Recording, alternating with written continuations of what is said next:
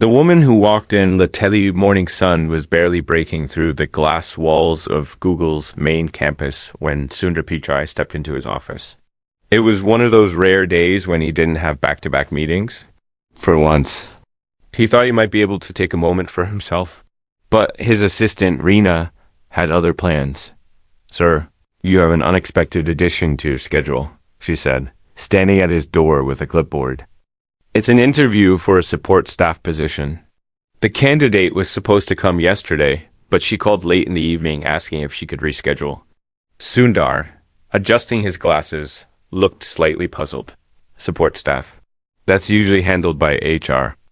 Reena nodded. "Yes, sir, but she insisted on speaking with you directly, said it was urgent, and, well, she's already in the building." Something about Reena's tone made Sundar curious.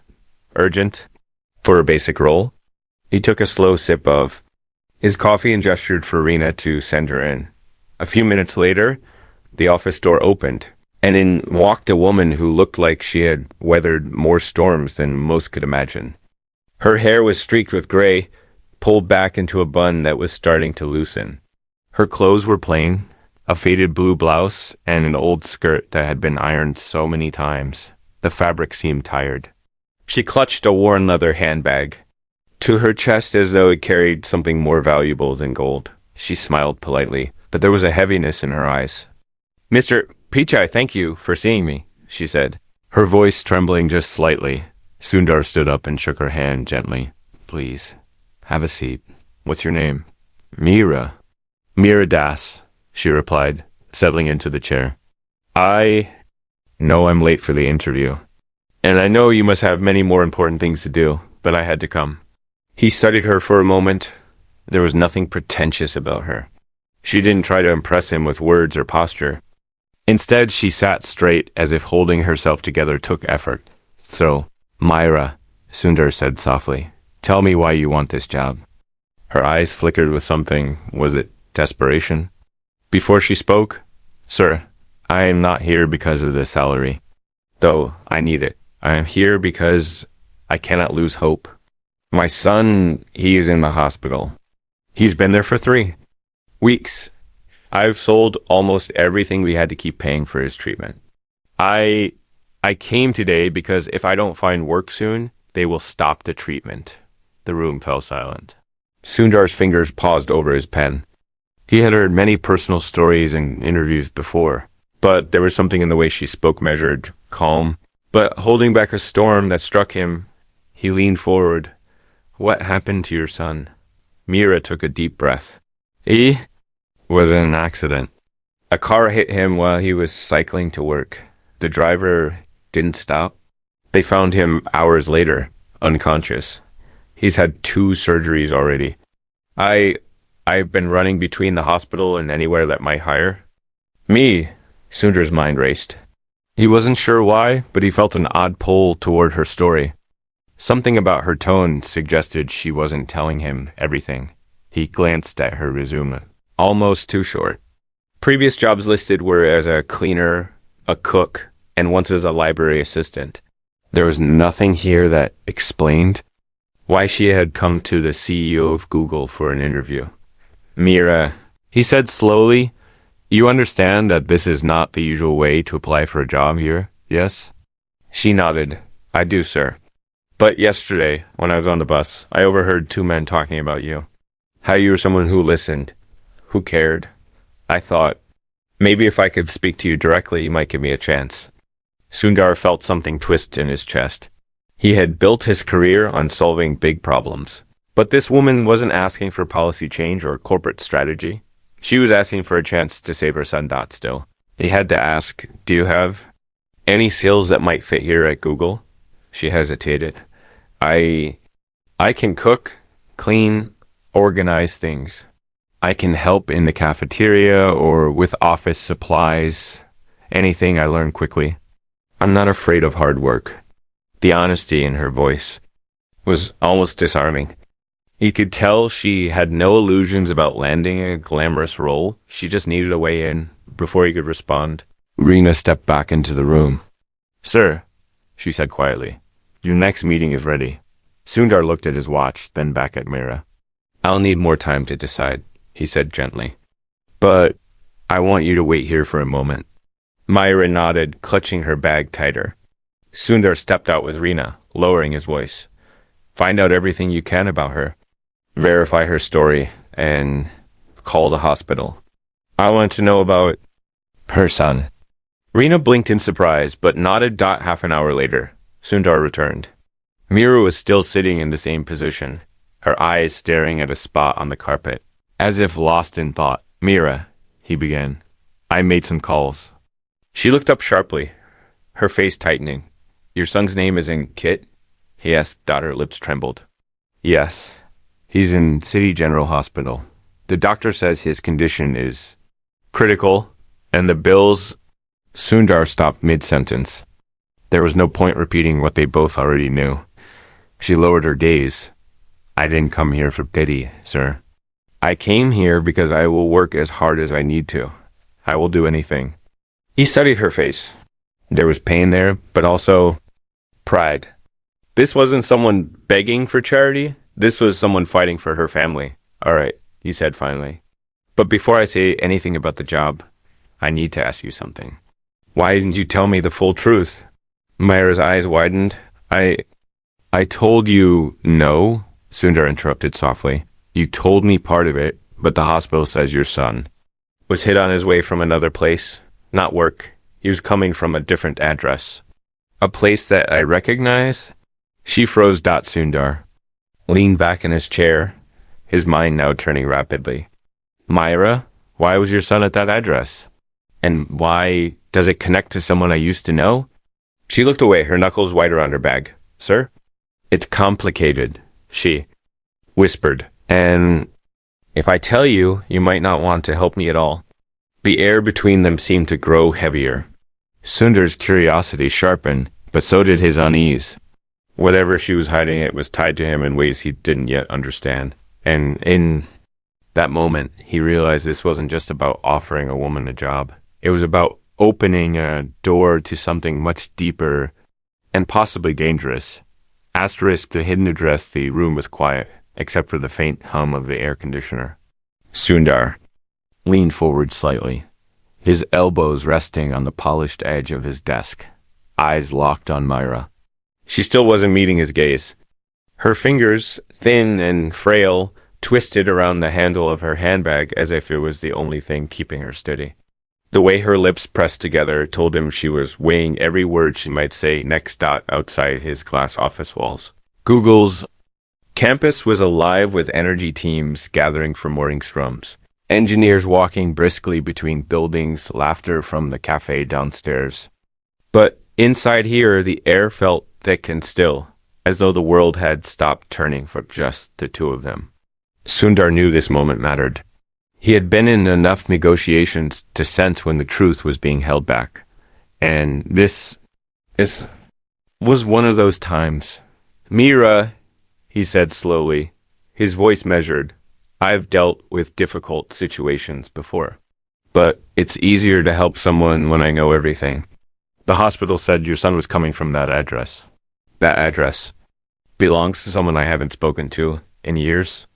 He let the words hang in the air for a moment, giving her a chance to speak. Her head remained bowed, but her chest rose and fell with heavier breaths. Sir, my son doesn't know the whole truth either, she murmured, barely above a whisper. I didn't want him to. I thought I could keep certain things buried, but now... Her voice cracked, and she stopped, swallowing hard before continuing. That address, it's my sister's house. But she's not just my sister. She's connected to someone from your past. Someone who once worked closely with you.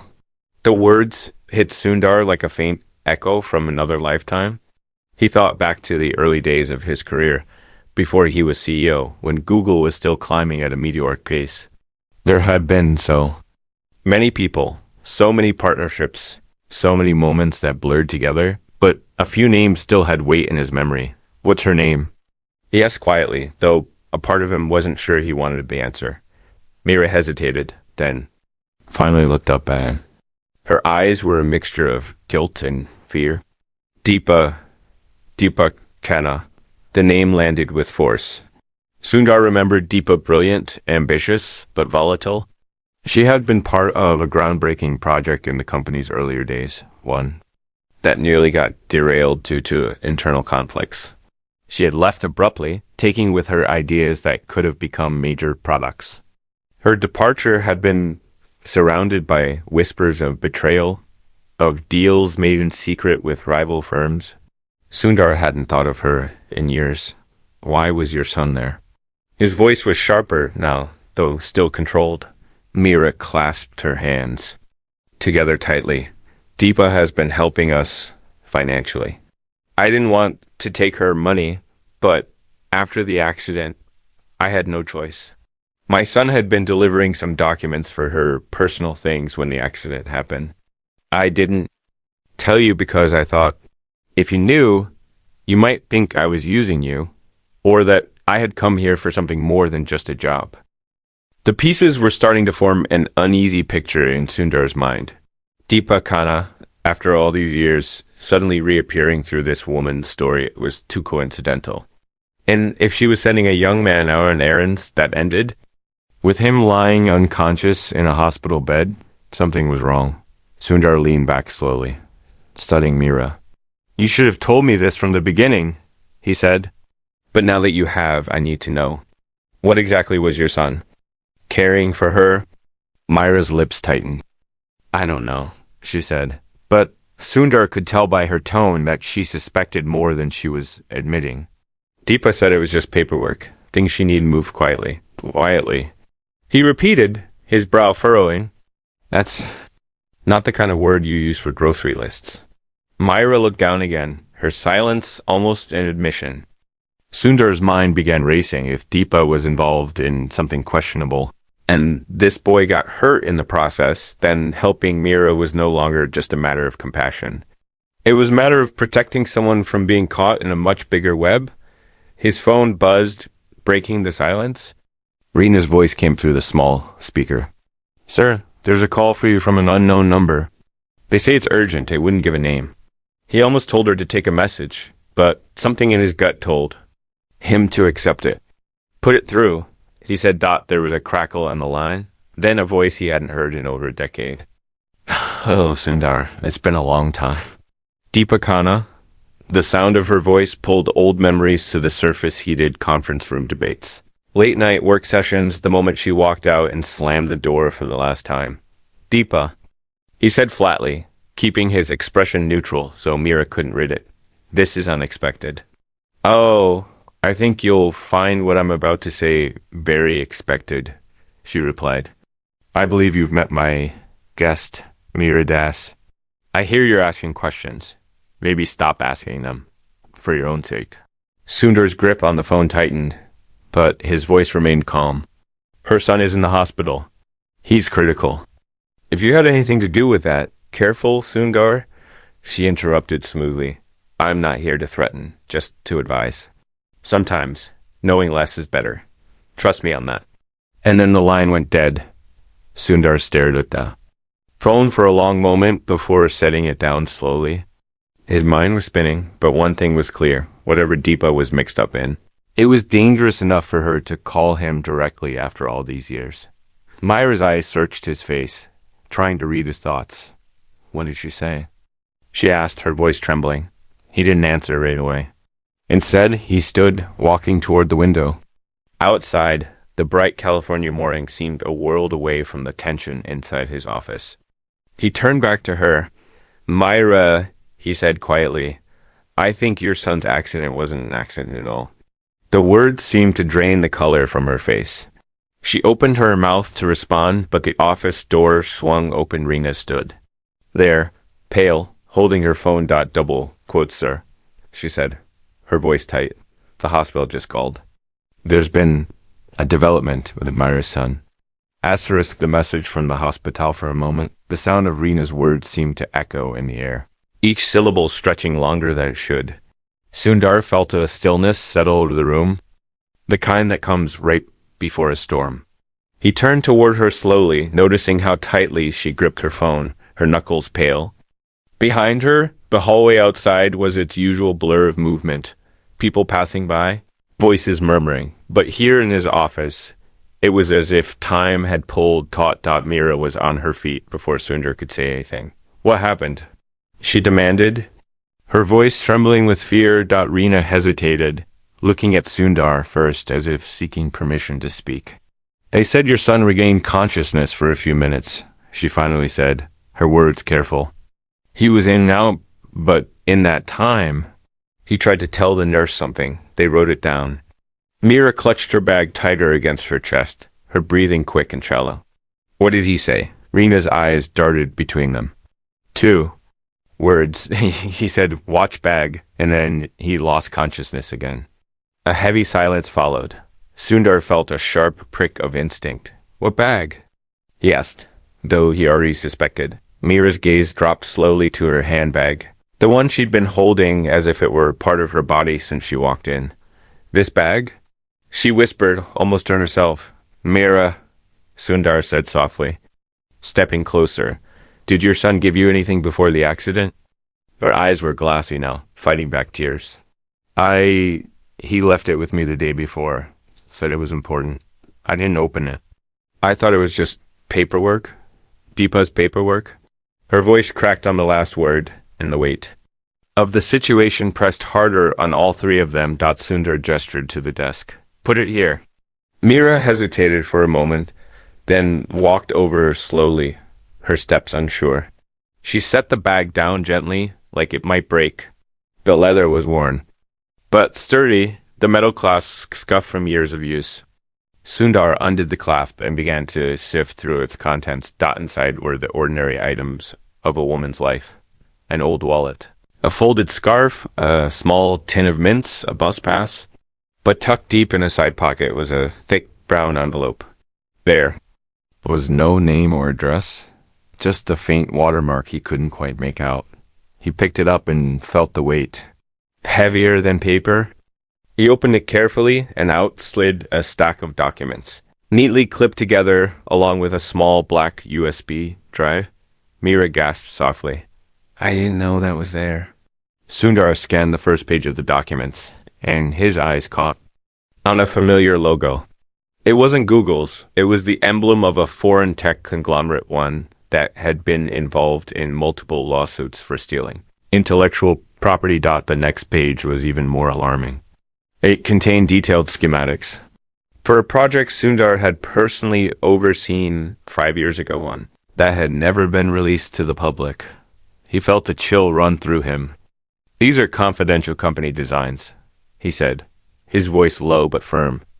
How did Deepa get these? Myra shook her head violently. I swear, I don't know. She said it was nothing, just boring files she knew moved quietly. I didn't. Look, Rina's eyes widened. Sir, if these are real, this isn't just a personal matter. This could be corporate theft. Sundar knew she was right. The USB drive, the schematics, if they had been handed over to the wrong people, it could cause massive damage.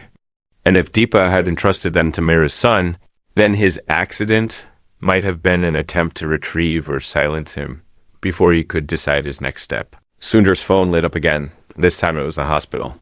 He answered quickly. Nurse's voice came through, hurried and breathless. Mr. Pichai. I'm calling about Ankit Das. He's stable for now, but when he woke up earlier, before we lost him again, he was very agitated. He kept saying someone was coming to the hospital. He said, don't let them in. Did he say who? Sundar asked, his voice tight. No, the nurse replied, but he seemed terrified. We've increased security around his room, but you might want to alert the family, just in case. When the call ended, Sundar turned back to Mira, his expression grave. Someone is coming for your son, he said, and it's not to wish him well. Her knees seemed to weaken as she grabbed the back of the chair for support. What do we do? She asked, her voice breaking. Sundar looked at the documents again, then at the USB drive resting on his desk. Every instinct told him that keeping them here would be dangerous, but handing them over to the wrong hands would be worse. First, he said, we protect your son. Second, we find out exactly what's on this drive and why Deepa risked so much to move it. Rina glanced toward the office door. then back at him. Sir, there's something else. Security just reported a woman matching Deepa Khanna's description entering the campus lobby. She's asking for you by name. The tension in the room snapped tight. Sundar's mind began racing through possible scenarios. Deepa showing up here, right now, wasn't just coincidence, it meant she knew exactly where the documents were. Mira's face drained of color. She can't know I'm here. Sundar picked up the envelope and USB drive, sliding them quickly into his desk drawer and locking it. Then he turned to Reena. Stall her. Tell her I'm in a meeting. And don't, under any circumstances, let her know Myra is here. Reena nodded and left quickly. Sundar turned to Myra again, lowering his voice. We don't have much time. I need you to tell me everything you've ever heard Deepa say about these files. Even if you think it's nothing. Myra's hands trembled as she gripped the arm of the chair. There was one thing, she whispered. A few weeks ago, she told my son, once this gets out, no one will ever look at him the same way again. Sundar froze. Look at him? Who was she talking about? Mira swallowed hard. I thought she meant herself. But now, I'm not sure. Before he could respond, there was a sharp knock at the office door, and Reena's voice came through, tense. Sir, Deepa is insisting on seeing you now. She says, if you don't come out in the next 30 seconds, she'll make sure the whole building hears what she has to say. Sundar's pulse quickened. Deepa was cornering him, and whatever she was about to reveal could change everything. Asterisk. The woman in the lobby elevator ride down to the lobby felt slower than usual, though Sundar knew it was only in his head. Every passing second stretched longer, as if time itself was hesitant about what awaited him at the bottom. He stood, with his hands loosely at his sides, but his mind was far from calm. Deepa Khanna's sudden reappearance wasn't just a blast from the past. It was a signal that the situation was unraveling faster than he could control when the elevator doors slid open. The murmur of the lobby came into focus. The space was bright and open, sunlight streaming through towering windows, but the air was tense. Employees who normally strolled through with coffee cups and laptops now lingered by the glass walls, their curiosity drawn to the woman standing. At the reception desk, Deepa hadn't changed as much as Sundar expected. She still carried herself with that confident, almost theatrical posture, chin high, eyes sharp as glass. Her hair, once worn loose, was now pinned in a sleek twist that made her look even more calculating. She was dressed in a tailored black coat despite the warm California morning. The kind of coat that suggested someone was always ready to leave in a hurry. The moment her gaze found him, her lips curved into a smile that didn't reach her eyes. Sundar, she said, her voice smooth and measured, as though they had just bumped into each other at a cafe instead of in the middle of what could be a corporate crisis. He didn't return the smile. Deepa, you've caused quite a stir. Oh, I do have that effect on people, she replied, glancing briefly at the security staff who were keeping a cautious eye on her. But let's not pretend I'm here for a casual reunion. You've got something that belongs to me, belong to you. Sundar repeated, his tone even but his mind calculating every word. Last I checked, the documents you sent with Mira's son belonged to the company you walked away from years ago. Deepa tilted her head slightly, her smile widening just enough to be unsettling. I didn't walk away. I was pushed. And you know what? The files, they were always mine. I developed them. I nurtured that project from scratch. The only reason they weren't released was because you decided the world wasn't ready. But now someone else is. He took a step closer, lowering his voice so that only she could hear. And you're selling them. Her eyes flickered, just for a moment before she recovered. Call it sharing. The technology won't just sit in a dusty archive. It will be used. And in return, certain people will benefit. I hoped Mira's son would deliver them quietly, but she let the sentence trail off, her glance sliding toward the entrance as if dismissing the young man's fate as a minor inconvenience. The casualness of it tightened something in Sundar's chest. He's in the hospital because of this, he said sharply, and he may not survive. Was that part of your plan too? Deepa's expression hardened, the smile dropping. No, I don't like collateral damage. But when people interfere with things bigger than them, accidents happen. She leaned in slightly. And you, Sundar, are about to cause a much bigger accident if you don't give me back what's mine. He straightened, keeping his voice calm. You think I'm just going to hand it over? After everything? Her lips twitched, almost in amusement. I think you're going to make the smart choice. Because if you don't, I will make sure every tech journalist from here to Singapore hears that Google's CEO is hoarding stolen intellectual property. And I will leave out the little detail about who actually created it. Sundar could feel the walls closing in, but he didn't let it show. If this technology is leaked irresponsibly, it could cause harm far beyond corporate embarrassment. It's not just about ownership. Deepa's eyes narrowed. You always did have that tiresome moral compass. She reached into her coat pocket and slid a small piece of paper across the reception desk toward him. You have until tomorrow noon. Meet me at this address with the drive and the files, and no one gets hurt. Not your company. Not your reputation. And definitely not Myra's son. Her words lingered in the air like smoke. Sundar glanced down at the slip of paper. The address wasn't far. An abandoned warehouse on the edge of the city that he vaguely remembered from years ago. Back then, it had been a storage site for one of Google's earliest prototype labs before it was sold off. Now it was nothing. But a skeleton of metal and concrete dock before he could say anything. Deepa stepped back, her coat swaying slightly with the movement. Think about it, Sundar, for old time's sake. She turned and walked toward the glass doors, her heels clicking against the floor. No one stopped her. When she was gone, Sundar stood in the middle of the lobby for a moment, the paper still in his hand, the weight of her ultimatum pressing down on him. He knew he had less than 24 hours to decide. But in reality, his window was much smaller. Deepa's sudden boldness meant she wasn't acting alone. Someone else wanted those files badly enough to risk everything. As he made his way back upstairs, his mind was already moving ahead. He couldn't just give her what she wanted, but he also couldn't risk Mira's son becoming a casualty in this fight. When he stepped back into his office, Myra was still there, standing by the window with her back to him. She turned when she heard the door close, her face pale. She saw me, didn't she? She asked quietly. No, Sundar lied, though he wasn't sure if Deepa had truly missed her or was simply pretending. But she gave me an ultimatum. She wants the files tomorrow. If I don't bring them, she makes sure this goes public. Mira's eyes welled up, her voice breaking. If she goes public, my son. I know, Sundar said, cutting her off gently.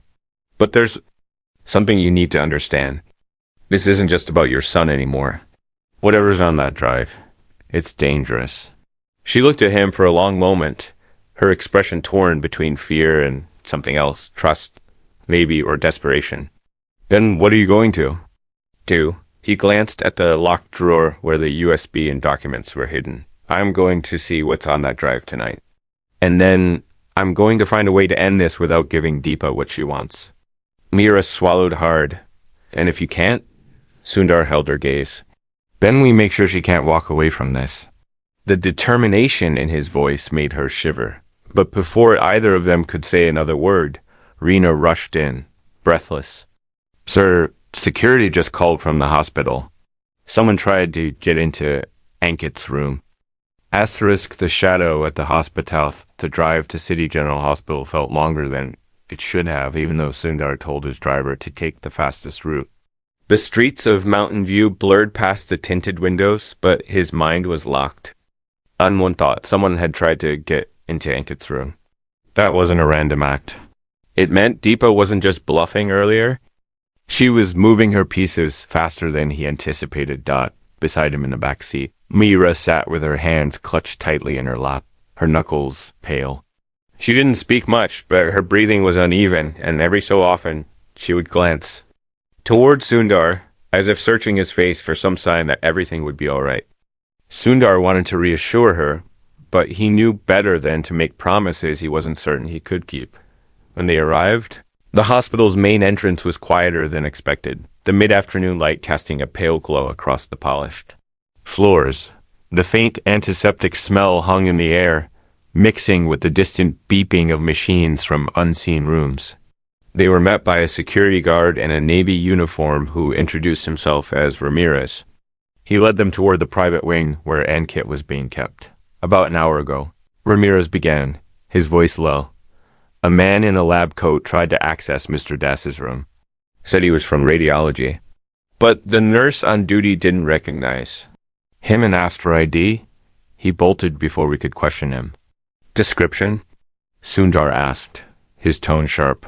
Tall, lean build, dark hair, wearing a surgical mask, so no clear look at his face. But here's the thing, he knew the security. Code to the restricted ward. That means someone inside might be feeding him information. Myra's hand went to her mouth, her voice barely a whisper. She's inside already. They reached Ankit's room, where 2 uniformed security officers were now posted outside the door. Inside, the young man lay pale and still, the steady rise and fall of his chest the only sign of life. Tubes and wires connected him to machines that hummed quietly in the background. Mira moved quickly to his bedside, taking his hand in both of hers. And Kit, she whispered, though she knew he couldn't hear her. Sundar stepped closer to the foot of the bed, scanning the room instinctively. His eyes caught something odd, folded piece of paper tucked under the base of the water jug on the side table. Carefully, he slid it out and unfolded it. The handwriting was rushed but clear. Don't trust her. The files are not what they seem. There was no name, no explanation, just those words. He turned to Ramirez. Who's been in this room in the last 2 hours, besides hospital staff? Just one visitor before we tightened security, Ramirez said. A woman claiming to be a friend of the family. She said her name was Rima, but we couldn't find her on the approved visitor list afterward. Myra looked up suddenly, her eyes wide. Rima? That's Deepa's assistant. She's been with her for years. The realization hit Sundar hard. Deepa's network was already embedded close enough to slip past hospital security. And now, someone had left a warning inside the room. He studied the note again. Don't trust her. It could mean Deepa, but something in his gut told him it wasn't that simple. The line, the files are not what they seem, not at him. The schematics on those papers had looked legitimate dangerously. But if they weren't what they appeared to be, then Deepa's plan was operating on another layer entirely. He slipped the note into his pocket and turned back to Mira. We can't stay here. It's too exposed. I'll arrange for you. Son to be moved to a secure facility. Somewhere no one outside this room will know about. Myra's brow furrowed. But how? She seems to know everything we do before we do it. Sundar looked toward Ramirez. Because she has people watching. We'll use that. Make her think he's still here while we move him somewhere else. Ramirez nodded slowly. A decoy transfer? I can arrange that with my team. While the security officers stepped out to coordinate, Sundar's mind returned to the USB drive locked in his desk. The note had shifted something in his thinking. He had been assuming the drive's contents were exactly what they appeared to be. Stolen intellectual property. But if they were not what they seemed, then perhaps Deepa wasn't after the information itself. Maybe she was after the reaction. It would create when released. He knew he couldn't wait until night to look at it. 15 minutes later, they had a plan. A decoy ambulance would leave the hospital in an hour, heading toward a well-known rehabilitation center. In reality, Ankit would be moved quietly through a service exit to a smaller private clinic owned by a friend of Sundar's, a place with no public listing and no easy way to track admissions. As they waited in a side corridor, Sundar's phone buzzed. It was Reena. Sir, she said quickly. Someone tried to get into your office. They were looking for the USB drive. His pulse quickened. Was it Deepa? No. Building security says it was a man. They caught him on camera, but he got away before they could stop him. And, sir, there's something else. The lock on your desk drawer was broken. The files in the USB are gone. The hallway around him seemed to narrow, the noise of the hospital fading into a dull hum. Gone.deepa had moved even faster than he anticipated. Mira's voice broke through his thoughts. What happened? Sundar looked at her, weighing how Much to reveal. She has them now, he said finally. The files. The drive, everything. Myra's face went pale. Then it's over. She's won. But Sundar shook his head slowly. No, not yet. If those files aren't what they seem, then she just walked straight into her own trap. We just have to figure out what kind of trap it is before tomorrow. He didn't tell her the part he was keeping to himself, that if they couldn't figure it out in time, the damage Deepa could unleash wouldn't just destroy a project. It could take down reputations, ruin lives, and maybe even cost more people their safety. And the clock was already ticking toward noon. Asterisk the warehouse at noon next morning. The city felt unnaturally still as Sundar's car rolled through the empty industrial district. The buildings here were husks of their former lives, brick walls stained by years of weather. Windows either boarded up or coated with dust thick enough to blur the sunlight.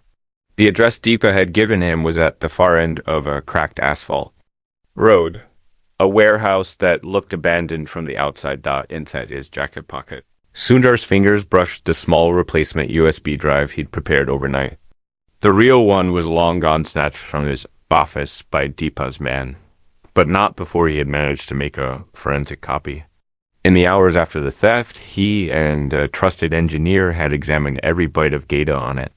What they found was worse than he'd imagined. The schematics, while genuine in appearance, contained embedded code lines of malicious scripts hidden in the fine print. If they were opened on an unsecured system, the code would spread silently, giving whoever planted it complete access to the target's network. The intellectual property theft had been a cover. Deepa wasn't trying to sell stolen designs.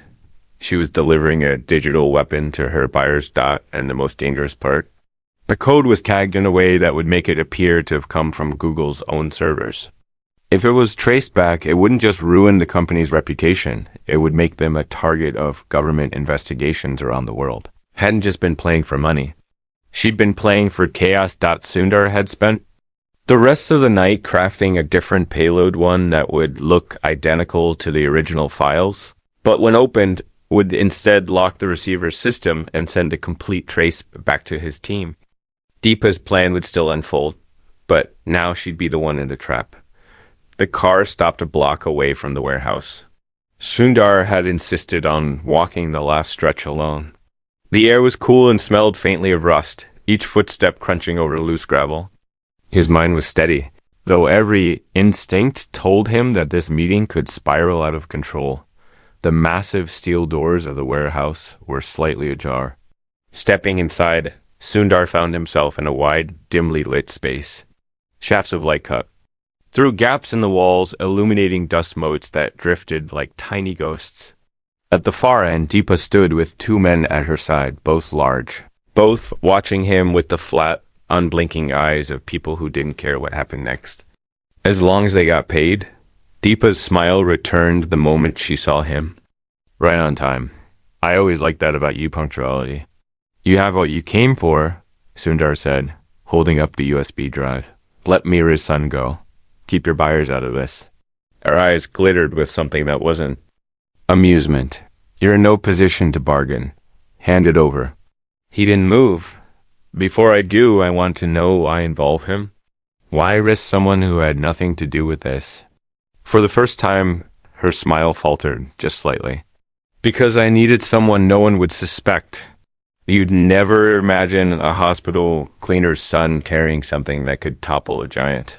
It was supposed to be simple. His accident was unfortunate. Mira's voice suddenly cut through the echoing space. Unfortunate? Sundar spun around to see her standing in the warehouse doorway, her face pale, but her eyes burning.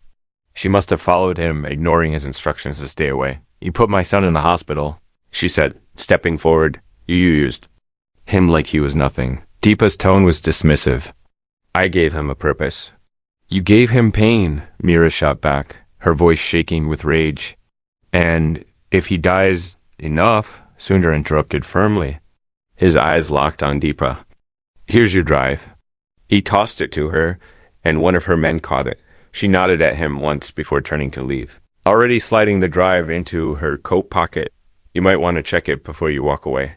Sundar, said calmly. De EPA paused, glancing back at him with suspicion. Why? You're not stupid enough to hand me a fake. No, he said, his voice low and steady. I'm smart enough to make sure that when your buyers open those files, their systems will lock, their locations will be traced, and every bit of this will lead back to you. You're finished, Deepa. Her eyes narrowed, and for the first time, he saw a flicker of uncertainty.